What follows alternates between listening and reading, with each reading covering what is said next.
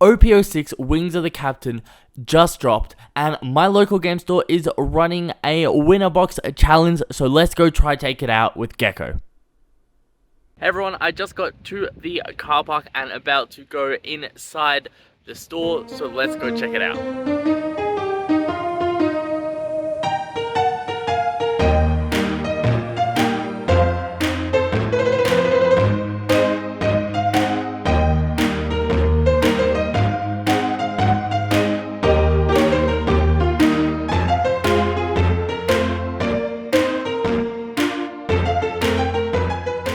Here is the Gecko list we are playing today. We're going to start off with 4 Peronas, 4 Absalom, and 4 Dr. Hogback, as well as 4 8-drop Geckos. For our blockers, we have 4 Sabos and 2 Rebeccas. We also have 3 Lucci SRs. Going on to our Navy package, 4 brand new, 2 Kuzan, 2 Borso Blocker, 2 Hina, and 1 2-drop Helmeppo, as well as 4 Suros, 3 Shishigis, 4 Greater Options, and 3 Ice Age. Round 1. Fight!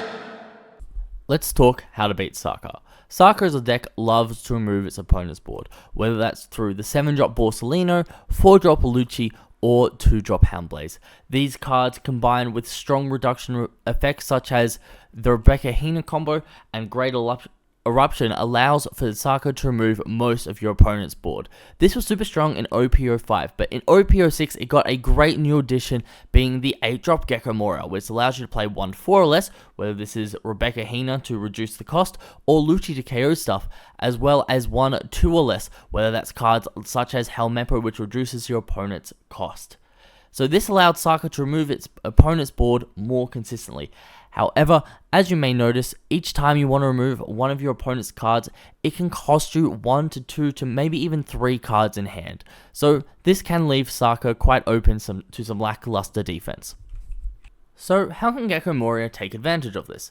Well, using Gecko Moria's when attacking effect and trashing a card from your hand, you can play up to 1 4 or less Thriller Bar character from your drop. So the main target we want to play in this matchup is Perona. If your opponent has 5 or more cards in hand, you choose one.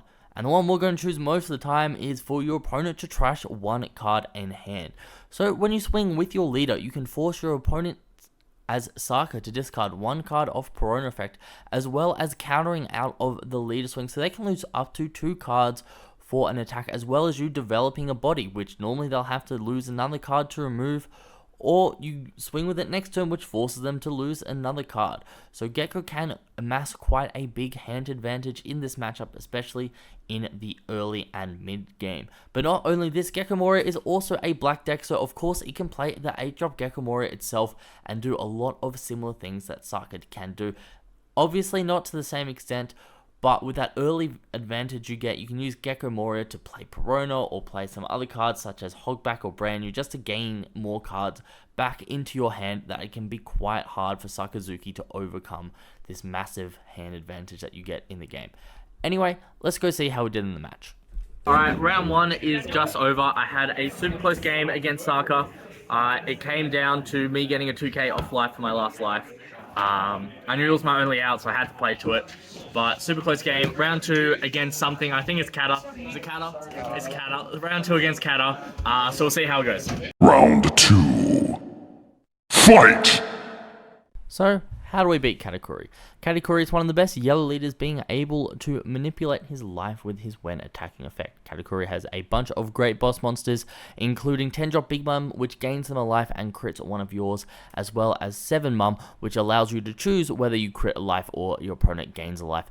Yellow also has a bunch of amazing mid-game cards, such as Gadatsu, which KOs one of your opponent's characters' cards with cost less than or equal to their life, or Okiku, which if it dies and your opponent has 3 or less life, you get to gain a life. All these cards are super annoying for Gecko Moria to deal with. Gadatsu, if you have 4 or more life, will KO all of your mid-game cards, but if you have less than 4 life, Okiku will be able to gain a life when it dies. So you're in a little bit of a lose-lose situation.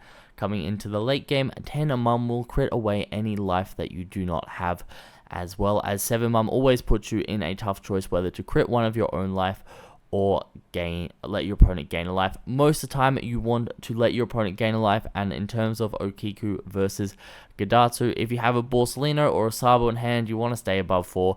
If not, a lot of the time, you would prefer to have the bodies on board, so just take that life down to 3 so your opponent can, unfortunately, activate their Okikus. However, the big thing about yellow is their 2 extra cards, with Amaru being, if they have 1 or less life, being able to rest one of your opponent's 4 or less characters, so that can rest your Rebecca or Borsalino blockers, as well as give one of its cards plus 3,000 power. Now, you used to be able to leave your opponent on 2 life, so this wouldn't be too much of a threat, but now with reject, if you're at 1 or less life, your opponent can deal 1, so if you're at 1 life, your opponent can deal 1 damage to you, then add the top card of their life to the hand, which it in turn does activate their Amaru. So essentially you want to stay on 2 or more life, but it's very hard to do with 10 mum. How do we beat Katakuri as Gecko Moria? Well, the simple answer to that is tempo. As Gecko Moria, we are able to play cards out of our traps for quite cheap.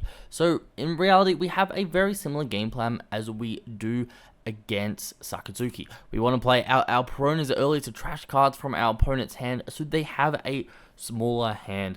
And then going in to the mid to late game, we really just want to play Gecko Morias to get cards into our hand, remove Gadatsus, maybe Okikus if we need to. Definitely 7 mums, but the main thing that we are looking to do is get bodies on the board that our opponent cannot answer.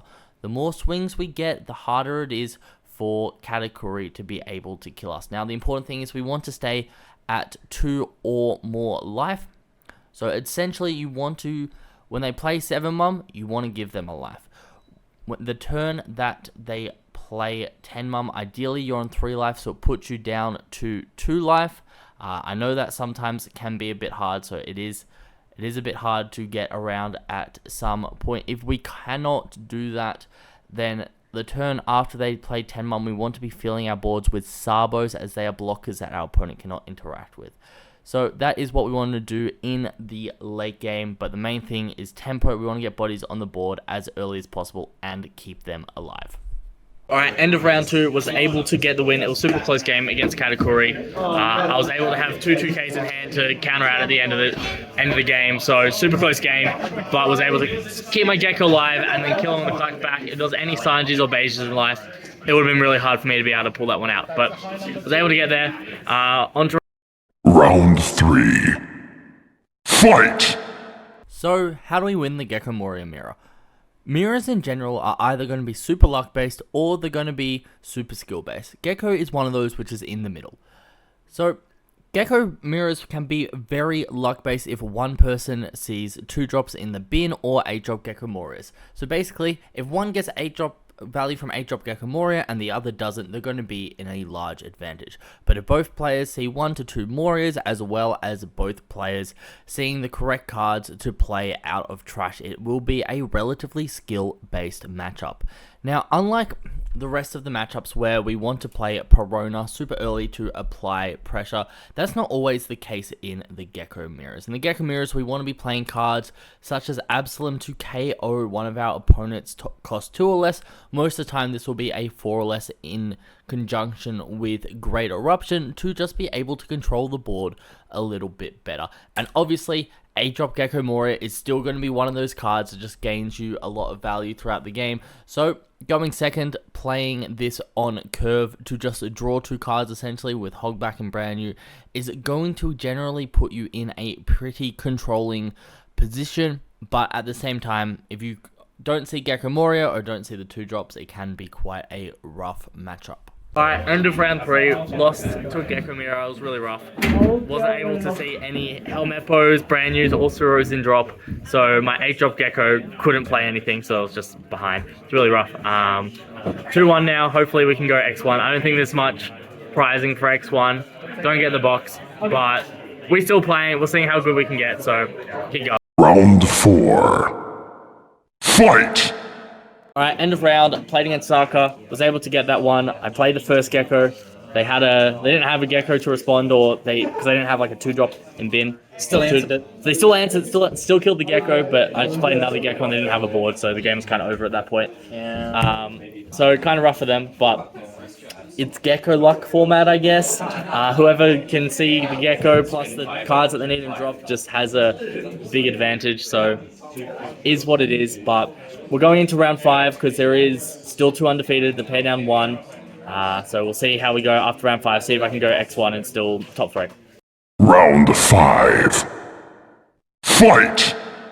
Hey guys, I forgot to record at the end of that last round at the store, but we are back home now, and unfortunately I did lose the last round. My opponent needed exactly a reject plus a double Amaro to get through my board, which they did, so it is a bit of a shame, but so goes it. It is a card game that is always a bit of that element of luck. It did seem that a lot of those games was, the outcome was a bit luck based, but looking back on it, that's kind of card games, gotta find a way to improve and try and minimize that luck that's involved. But anyway guys, if you did enjoy this style of video, please let me know down below in the comments. Like, subscribe, I do really appreciate it. This one did take me a while to get out there, so I hope you guys enjoyed it, and I'm keen to do more videos like this in the future. So I will catch you guys in the next one. Have a good one. Bye.